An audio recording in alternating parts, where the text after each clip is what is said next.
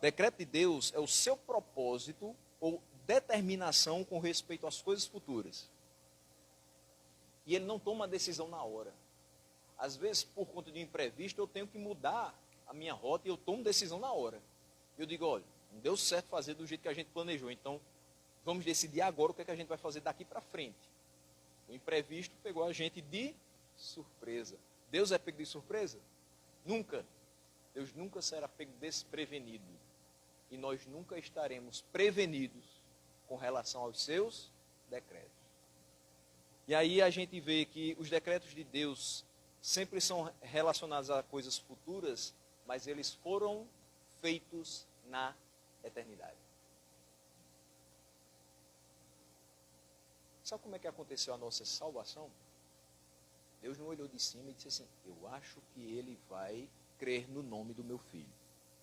Então eu vou decidir agora que ele vai ser salvo.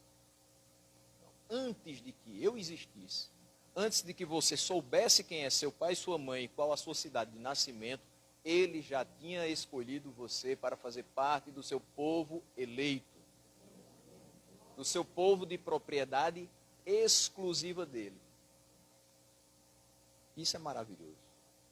E os decretos de Deus são eternos. Então, como nós vemos em Efésios 1, versículo 4, o que, é que diz aquele texto? Como também nos elegeu nele antes da fundação do mundo. Mais ainda, os decretos de Deus são livres. Como diz o profeta Isaías no capítulo 40, versículo 13 e 14, aponta que Deus não teve conselheiro. Quem foi o seu conselheiro? Alguém disse assim, olha, desenha a terra desse jeito, coloca os rios aqui mais para esse lado, os luminares você vai colocar dessa maneira, dispõe os animais sobre esse território. Ele não teve conselheiro. Nem o seu espírito foi guiado por outro. Até porque, antes dele, nada existia. Ele não foi criado. Ele criou todas as coisas. Mas ainda, os decretos de Deus são absolutos e incondicionais. Porque Efésios 1, 11, versículo B, diz que ele faz todas as coisas segundo o conselho da sua vontade. Lembre de uma coisa. De vez em quando você escuta alguém falar, olha, essas palavras que você está dizendo para mim são a sua verdade, mas a minha verdade é totalmente diferente. Aí a pessoa rejeita tudo que você está falando, principalmente se for relacionado a Deus. E essa sociedade que tem múltiplas verdades, no final não tem nenhuma. Eu sou da política de que quem diz que faz tudo acaba não fazendo nada. E quem diz que crê em tudo não crê em nada. A gente só pode crer em um, aquele que é o soberano, o absoluto. E a sua verdade continua sendo absoluta. Então os seus decretos, que representam a sua única verdade, continuam sendo absolutos. Não existe nada relativo no que Deus fala. Não existe o e se. Não existem possibilidades. Não existem hipóteses irreais. Não existe um decreto soberano e absoluto. Mas ainda ele é incondicional.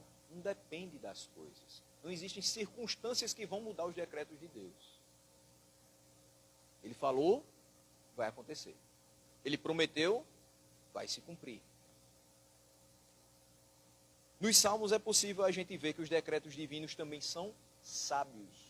Outra característica dos decretos. O Salmo 104, versículo 24 diz, quantas são as tuas obras, Senhor? Fizeste todas elas com sabedoria. A terra está cheia de seres que criaste.